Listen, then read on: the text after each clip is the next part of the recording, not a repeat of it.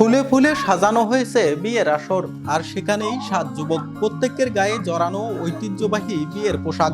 লাল গালিচা মারিয়ে উঠলেন বিয়ের মঞ্চে। একই মঞ্চ থেকে বিবাহ বন্ধনে আবদ্ধ হলেন 7 যুগল। যৌতুকের অভিশাপ মুক্ত একটি সমাজ গড়ার লক্ষ্যে আয়োজন করেছে আলোকিত লালমনিরহাট।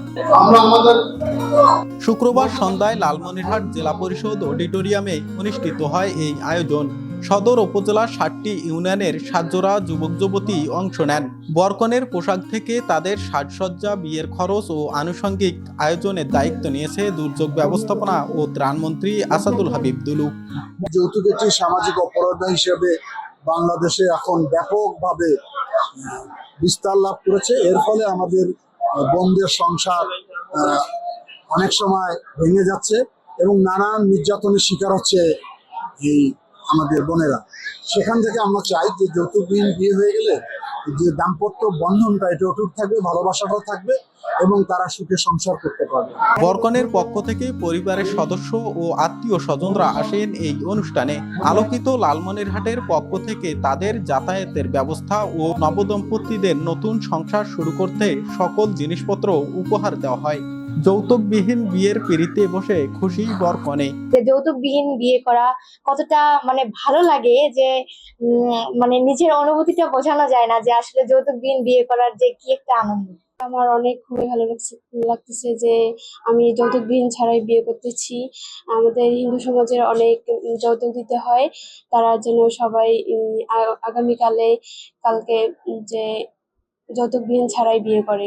আমাদের দুর্যোগ ব্যবস্থাপনা মাননীয় মন্ত্রী যে যৌতুকবিহীন বিয়েটা একটি অনুষ্ঠান অনুষ্ঠিত করতেছে, এইটার অনুভূতিতে আমার অনেক আনন্দিত লাগতেছে এবং উৎসাহিত লাগতেছে। আর্থিক সংকট কিংবা সামর্থ্য না থাকায় যারা বিয়ে করতে পারছেন না, তাদের জন্য এমন উদ্যোগ, যাতে যুবক যুবতীরা বিয়ে করে পবিত্র সম্পর্কে জড়িয়ে তাদের জীবন শুরু করতে পারেন। যৌতুকবিহীন বিয়ের প্রশংসা ও দোয়া করেন স্বজনরা। আমাদের লালমনিরহাটে যৌতুকবিহীন বিয়ে হচ্ছে, এটা দেখতে আসলে এখানে আসা। তো টোটাল 10 জনের বিয়ের কথা ছিল, এখানে 7 জনের হচ্ছে। এখানে কোনো যৌতুক দিতে হবে না বা কোনো খরচ নাই। তো জিনিসটা দেখে খুব ভালো লাগতেছে। তো ওদের জন্য শুভকামনা। মূল বিশৃঙ্খলা যেখান থেকে শুরু হয়, তারপর অন্যতম প্রধান কারণ হচ্ছে যৌতুক। এই যৌতুকের কারণে অনেকগুলো জীবন যেমন নষ্ট হয়ে যায়। যৌতুকের কারণে এই যেটা আমরা যেটা বলি যে সামাজিক ব্যাধি, এটা মরণ ব্যাধি চেয়েও কিন্তু খারাপ।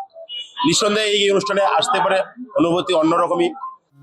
আলোকিত লালমনিরহাটের এমন ব্যতিক্রমী উদ্যোগ, যৌতুক মুক্ত সমাজ বিনির্মাণে এমন আয়োজন অন্যদেরকেও অনুপ্রাণিত করবে বলে প্রত্যাশা করছেন সুশীল সমাজ। আরিফুল ইসলাম, বাংলা নিউজ 24।